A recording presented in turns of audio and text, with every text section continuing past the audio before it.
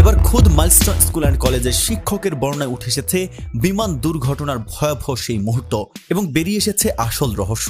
কিভাবে ঘটেছে সেই মুহূর্তের ঘটনাটি, কিভাবে এত ভয়াবহ দুর্ঘটনা ঘটেছে, সেই মুহূর্তে শিক্ষক এবং শিক্ষার্থীদের প্রতিক্রিয়া কি ছিল, তার ভয়াবহ বর্ণনা দিলেন এই শিক্ষক। দর্শক, তিনি কি জানিয়েছেন চলুন তার বিস্তারিত জেনে নেওয়া যাক এই ভিডিওতে। আর এই বিষয়ে আপনাদের কোনো মতামত থাকলে জানাতে ভুলবেন না। দর্শক, বিমান বিধ্বস্ত হওয়ার পর কি ঘটেছে জানালেন আহত এক শিক্ষক, যার মুখ ও শরীরের বিভিন্ন অংশ পুড়ে গেছে। তিনি বলেন, আমার হাত পুড়ে গেছে, মুখ ও কানও ঝলসে গেছে, শ্বাস নিতে কষ্ট হচ্ছিল। ঘটনা এতটাই আকস্মিক ছিল যে কারোরই কোনো প্রতিক্রিয়া দেওয়ার সুযোগ ছিল না। ওই শিক্ষক বলেন, এটা ঠিক স্কুল ছুটির সময় ছিল। শিক্ষার্থীরা গেটে অপেক্ষা করছিল। কি ঘটছে তা বোঝার আগেই চারপাশে আগুন ছড়িয়ে পড়ে।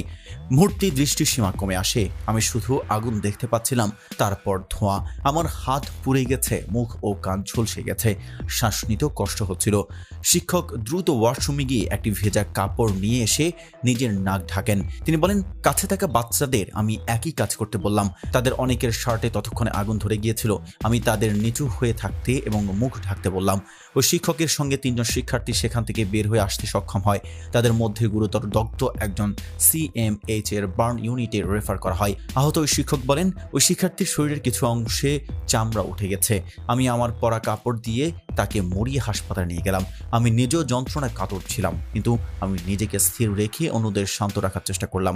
বিমান আছড়ে পড়ার কয়েক মিনিটের মধ্যে উদ্ধার অভিযান শুরু হয়। কয়েক সেকেন্ডের মধ্যে আগুন ছড়িয়ে পড়ে বলে জানায় ওই শিক্ষক। কথা বলার সময় ওই শিক্ষকের কণ্ঠ কাঁপছিল। আজ সোমবার দুপুর 1টার পর উত্তরার মাইলস্টোন স্কুল অ্যান্ড কলেজের একটি ভবনে গিয়ে বিমান বিধ্বস্ত হয়। সঙ্গে সঙ্গে বিমান ও স্কুল ভবনটিতে আগুন ধরে যায়। যে ভবনে এটি বিধ্বস্ত হয় সেখানে বহু স্কুল পর্যায়ের শিক্ষার্থী ছিল বলে জানা গেছে, যাদের বেশিরভাগই হতাহত হয়েছে। দুর্ঘটনার পরপর উদ্ধার অভিযান শুরু করে ফায়ার সার্ভিস।